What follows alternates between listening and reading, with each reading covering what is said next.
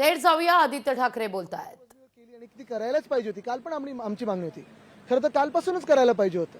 पण तशीच हिंमत दाखवून जे भाजपच्या जवळचे आहेत, मग ते कोश्यारी असतील, कोरटकर असतील, सोलापूरकर असतील, त्यांच्यावर देखील कारवाई आणि त्यांच्यावर देखील बेड्या ठोकण्याची कारवाई ही या सरकारने केली पाहिजे. आपण पाहतोय की काल औरंगजेबाची प्रशंसा केली आणि काल आम्ही जी मागणी करत होतो निलंबित करा, ती काल नाही ऐकली. पण भाजपचं स्वतःचं राजकारण चालवायचं आणि स्वतःला अडचणीत हाऊसमध्ये आणायचं नाही, पण पुन्हा एकदा आज गोंधळ घालून आज भाजपने ते केलं. आमची तर मागणी कालच करण्याची होती, पण त्याही पुढेकडे जाऊन आम्ही जो स्थगन प्रस्ताव मांडणार होतो, मग त्याच्यात कोरटकर असतील, सोलापूरकर असतील, कोश्यारी असतील, त्यांनी तर थेट छत्रपती शिवरायांचा अपमान केलाय, महात्मा ज्योतिबा फुलेंचा अपमान केलाय, सावित्रीबाई फुलेंचा अपमान केलाय. मग भाजप ही कारवाई त्यांच्यावर का करत नाही? आज देखील त्यांनी गोंधळ एवढ्यासाठीच घातला कारण त्यांना पाठराखण करायची होती त्यांची, ज्यांनी छत्रपती शिवरायांचा अपमान केला. भाजपला पाठराखण करायची होती, संरक्षण द्यायचं होतं त्यांना, ज्यांनी महात्मा ज्योतिबा फुले असतील, सावित्रीबाई फुले असतील, छत्रपती शिवराय असतील आणि महाराष्ट्राच्या सदनाचा अपमान केला, त्यांची पाठराखण करायचं होतं, त्यांना संरक्षण द्यायचं होतं. म्हणून भाजपने आज गोंधळ घातला आणि त्यांची जी बी टीम होती अबू आझमी, त्यांना कालच ऍक्टिव्हेट केलं आणि सांगितलं की तुम्ही आता औरंगजेबाची प्रशंसा करा. असो, हे सगळं होत असताना देखील आपण पाहिलं असेल, आज आता आम्ही जो वॉकआउट केलेला आहे, या अधिवेशनात आम्ही ज्या मंत्र्यांनी अभ्यास केला असेल, उत्तरं नीट दिली सदनाला, त्यांचं कौतुक जाहीरपणे केलेलं आहे. पण दोन असे मंत्री आहेत, आज तर आत्ताचे जे मंत्री आम्ही वॉकआउट केला ते ह्याच गोष्टीसाठी केला की आरोग्य खातं की FD खातं, हे दोन्ही, ह्या दोन्ही खात्यांमध्ये ताळमेळच नाहीये. एक बोलतं ह्यांचं, एक बोलतं त्यांचं आहे. हा आमचा विषय नाही, तो त्यांचा विषय नाही. म्हणजे खेकडे मंत्री होते, त्याच्यात ते सापडले जातील का? त्यांना संरक्षण द्यायला हे खेकड्यांसारखे एकमेकांचे पाय खेचत होते आणि आडवाआडवी करत होते.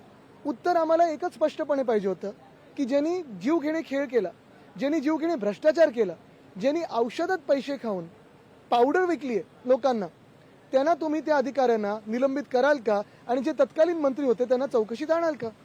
कुठे कठीण प्रश्न होता. जर कोण दोषी असेल तर करा ना, जे कोणी अधिकारी असतील त्यांच्यावर कारवाई करा, जे कोणी मंत्री असतील त्यांच्यावर कारवाई करा. चुकतंय काय अडतंय? पण ते काही बोलायला तयार नाहीत.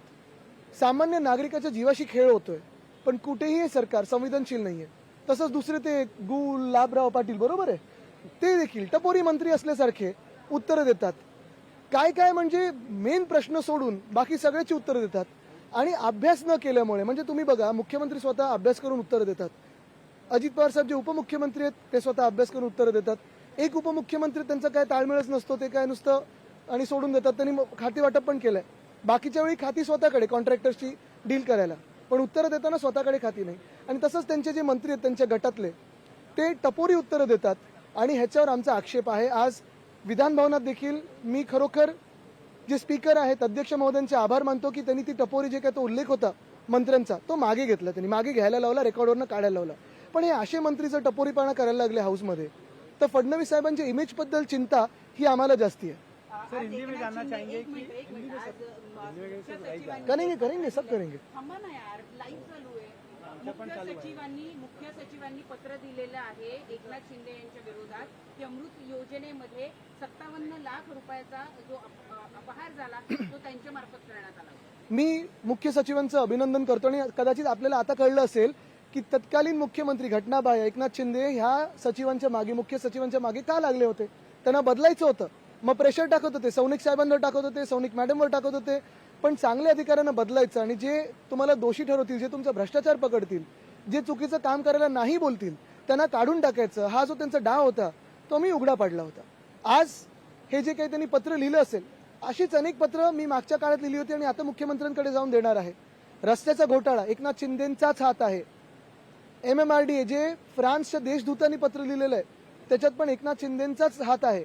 ह्याच्यावर सगळ्यावर मुख्यमंत्री महोदयांनी जर कारवाई केली तर विरोधी पक्ष म्हणून देखील आम्ही त्यांची साथ देऊ. कारण आम्हाला देखील हा महाराष्ट्र पारदर्शक कारभार करणारा महाराष्ट्र पाहिजे, स्वच्छ महाराष्ट्र पाहिजे. फक्त एकनाथ शिंदे यांच्याच विभागाचे ही सगळी प्रकरणं पुढे आणली जात आहेत का? जाणीवपूर्वक त्यांना एकटं पाडलं जात आहे का? आता हा त्यांनी विचार करावा. कारण हलक्यात घेतलं तर काय होईल. आता हलकं फुलकं किती आहे ते दिसायला लागलं. नुसतं हवा होती, आधी गॅस होता. सर, जो सस्पेंड किया गया है वो उस पर जवाब दीजिए. दूसरा, अखिलेश यादव ने ट्वीट करके अबू आसिम आजमी ने जो कहा है उसको सपोर्ट किया. अखिलेश जी को मैं स्थिति, जो सत्य परिस्थिति है वो बताना चाहूंगा और यही बात कहना चाहता हूं कि कल हमने देखा था कि अबू आजमी जो भाजपा की बी टीम है उनको परसों से एक्टिवेट किया गया था। कल भी हमने स्थगन प्रस्ताव दर्ज किया था, आज भी हमने लाने की कोशिश की, लेकिन स्थगन को स्वीकारा नहीं, क्योंकि उनको यही कहना था कि भाजपा की जो नीति है, फिर वो कोश्यारी हो, कोरटकर हो, सोलापुरकर हो, जिन्होंने छत्रपति शिवराय का अपमान किया, जिन्होंने महात्मा ज्योतिबा फुले का अपमान किया, जिन्होंने सावित्रीबाई फुले का अपमान किया है, उनको वो बचाना चाहते थे। यानी ये तीनों को बचा के कहीं ना कहीं लक्ष्य विचलित कर दे। हमारी तो कल भी मांग थी कि अबू आजमी को क्या सस्पेंड किया, जेल में डालिए ना, औरंगजेब की प्रशंसा कर रहे तो, लेकिन जैसे उनका आप उन पे कारवाई कर रहे हो। आम्हाला फडणवीसांच्या इमेजची चिंता आहे असं आदित्य ठाकरे म्हणतायत। काही दिवस सामनातून सातत्यानं होत असलेल्या फडणवीसांचं कौतुक, त्यानंतर आदित्य ठाकरे यांनी आता केलेल्या फडणवीसांच्या इमेज संदर्भात चिंता व्यक्त करणं असू दे, दालनात फडणवीसांची भेट घेणं असू दे, या सगळ्या घडामोडीनंतर पडद्यामागे काही घडतंय का अशी आता एक राजकीय वर्तुळात सह सामान्यांमध्ये सुद्धा चर्चा होताना दिसते। लोकशाही मराठी ऐका, पहा, जागरूक रहा।